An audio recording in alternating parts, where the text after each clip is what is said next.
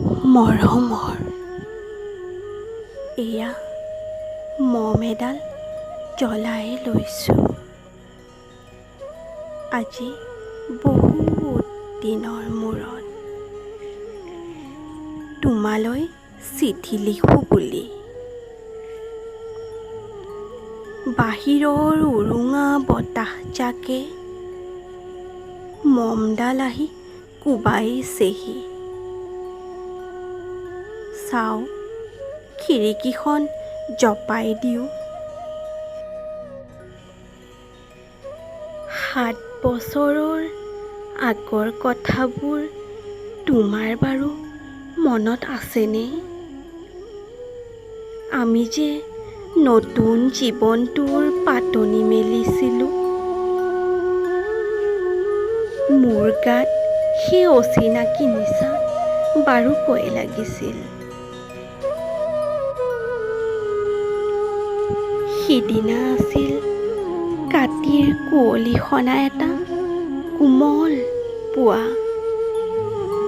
পদূলিত তলসৰা শেৱালিবোৰ উপচি আছিল। আৰু সন্ধিয়া মই তোমালোকৰ ঘৰলৈ নকৈ আহিবৰ দিনা আকাশৰ মেঘৰ মোহনাত হালধীয়া জোনটো নাওখন হৈ আমাক যে ৰিঙিয়াই মাতিছিল তৰাৰ দেশলৈ।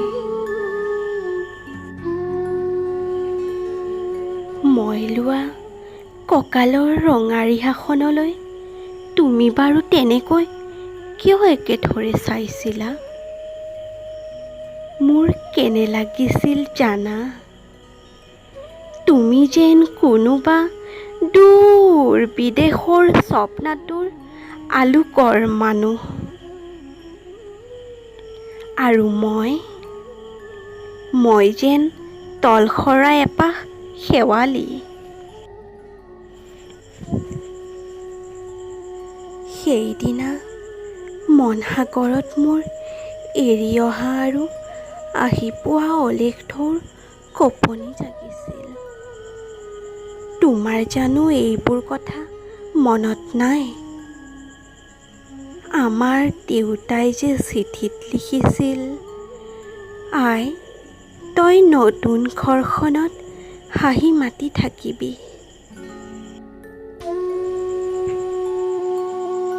এইবোৰ 7 বছৰৰ আগৰ কথা।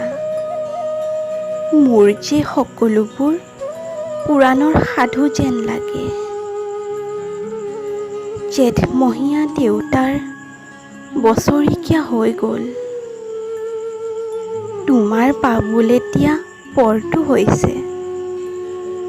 তাৰ ওপৰ পাৰি এধানিমান ডালিম গুটি যেন দাঁত অকণি গজিলে। সি মোক একেবাৰে এৰি নিদিয়ে।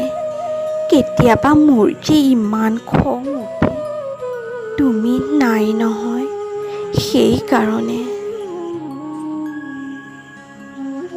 সি বাৰু মোৰ বগা হাতযোৰলৈ এনেদৰে তধা লাগি চাই থাকে কিয়? তাৰ উপজাৰে পৰা এইযোৰ কাপোৰ চিনাকি, সেইকাৰণে নহয়। বাবুল এতিয়া বৰটো হৈছে, বুজিছা? আৰু ডাঙৰ হ'লে স্কুলত তাক নাম লগাই দিম। স্কুলত থকা সেই সময়খিনি মোৰ যে বুকুখন তেনেই উদং হৈ থাকিব ভাই।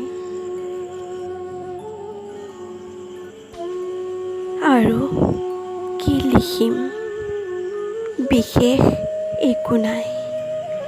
মোৰে শপত, তুমি যিদিনা উলটি আহিবা মোক আগতীয়াকৈ জনাবা দেই। মই ভোগদৈয়েদি ভটিয়াইকৈ বুঢ়ালুইতৰ বুকুৰ পৰা তোমাক ৰিঙিয়াই মাতিম। তুমি যিদিনা উলটি আহিবা মোক আগতীয়াকৈ জনাবলৈ নেপাহৰিবা দেই। মৰম ল'বা। ইতি তোমাৰ মমতা। পুনঃ এইবাৰ বুজিছা, মাঘৰ বিহুৰ মেজিৰ জুইকুৰা বৰ ৰঙাকৈ জ্বলিছিল। আমাৰ আইতাৰ কলি ছাগলীজনীৰ দুটা পোৱালি জগিছে, এটা সোঁত বগা আৰু আনটো পখৰা।